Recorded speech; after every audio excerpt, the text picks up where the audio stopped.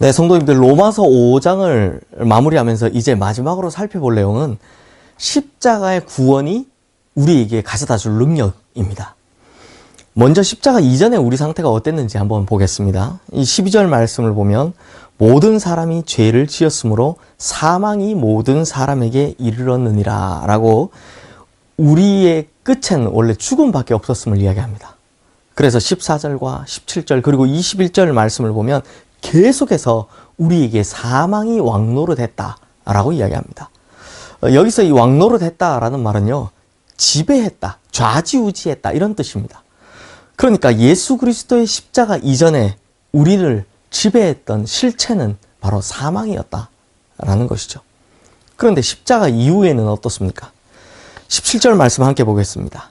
한 사람의 범죄로 말미암아 사망이 그 한 사람을 통하여 왕노릇하였은즉 더욱 은혜와 의의 선물을 넘치게 받은 자들은 한 분 예수 그리스도를 통하여 생명 안에서 왕노릇하리로다. 21절 말씀도 읽겠습니다. 이는 죄가 사망 안에서 왕노릇한 것 같이 은혜도 또한 의로 말미암아 왕노릇하여 우리 주 예수 그리스도로 말미암아 영생에 이르게 하려 함이라. 그러므로 이제 왕노릇하는 주체가 바뀌었다라는 겁니다. 이제 우리를 지배하는 것은 예전처럼 사망이 아니라 생명이고 그리고 은혜, 이것이 바로 우리의 주인이 되었다라는 것입니다. 그런데 로마서 5장을 통해서 계속 말씀드린 것처럼 문제는 이걸 못 누린다는 게 문제입니다. 여전히 옛 습관을 버리지 못해서 사망의 권세 아래서 종노릇하고 있고, 그래서 안 됩니다, 못합니다 라면서 이 좌절하는 모습으로 여전히 남겨져 있더라는 것입니다. 그런데 이 얼마나 안타까운 일입니까? 그런데 요한 1서 3장 8절 말씀을 한번 보십시오. 하나님의 아들이 나타나신 것은 마귀의 일을 멸하려 하심이라 라고 말씀합니다. 이 말씀에 의거하면 예수 그리스도로 말미암아 하나님의 자녀된 우리가 이 땅을 살아가면서 해야 될 일이 뭐라고 합니까? 마귀의 일을 멸하는 것입니다.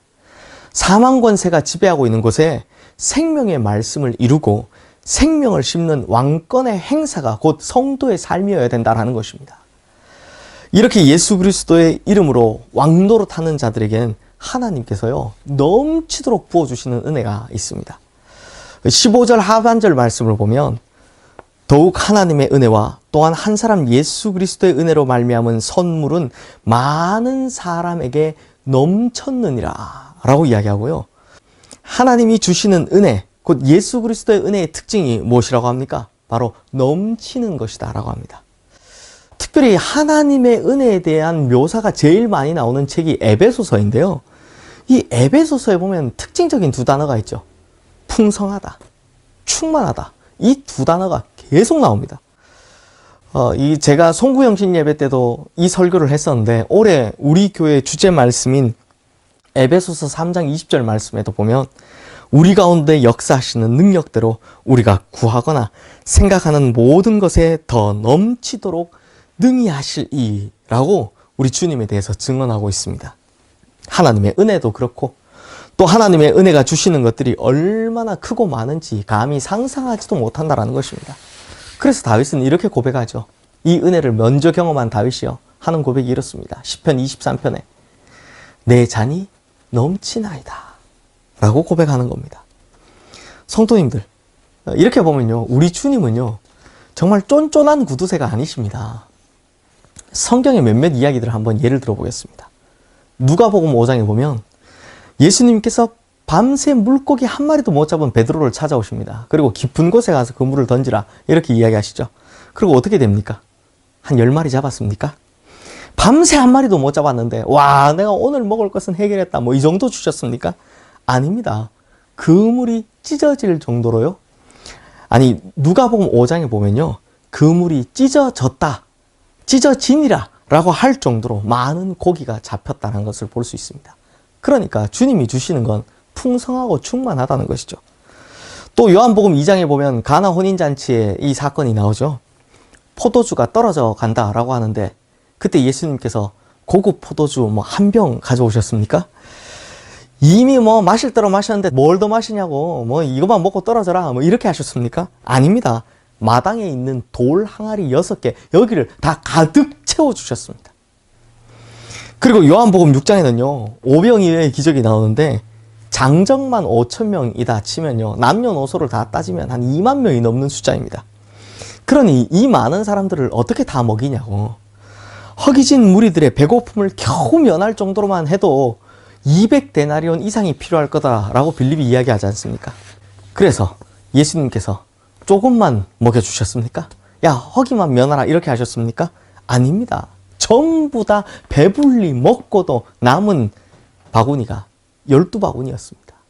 이렇게 풍성하고 충만한 것, 이게 바로 우리 주님이 주시는 은혜의 효과라는 것입니다. 성도님들, 이러한 것이 바로 하나님의 은혜의 충만함이고 예수 그리스도의 은혜의 풍성함인 것입니다. 그러므로 예수 그리스도의 십자가를 믿고 그 은혜 가운데 있는 자들은 어디를 가서도 은혜가 왕노릇하고 가는 곳마다 승리하게 된다는 것입니다. 그러므로 우리 성도님들도 항상 내 잔이 넘치나이다. 하나님께서 내게 능력 주시는 것이 너무나 커서 감당하기 어려울 지경입니다. 라고 고백하게 되시는 우리 모든 성도님들 되시기를 주님의 이름으로 축원합니다. 기도하겠습니다. 하나님께서 주시는 은혜, 성경 어디를 봐도 부족하지 않다는 것을 보게 됩니다. 아니, 언제나 풍성하고 충만하다는 것을 보게 됩니다. 그러므로 주님, 이제 이 풍성하고 충만한 하나님의 은혜를 우리가 좀 누리며 살아가게 하여 주시옵소서. 그래서 늘 승리하는 우리 모든 성도님들 되게 하여 주시옵소서. 생명의 능력으로 이 마귀의 일을 이기며 또한 하나님, 이 세상 어디서든 간에 늘 주님의 승리를 외쳐가며 살아가는 우리 모든 성도님들 다 되게 하여 주시옵소서. 예수 그리스도 이름으로 기도드리옵나이다. 아멘.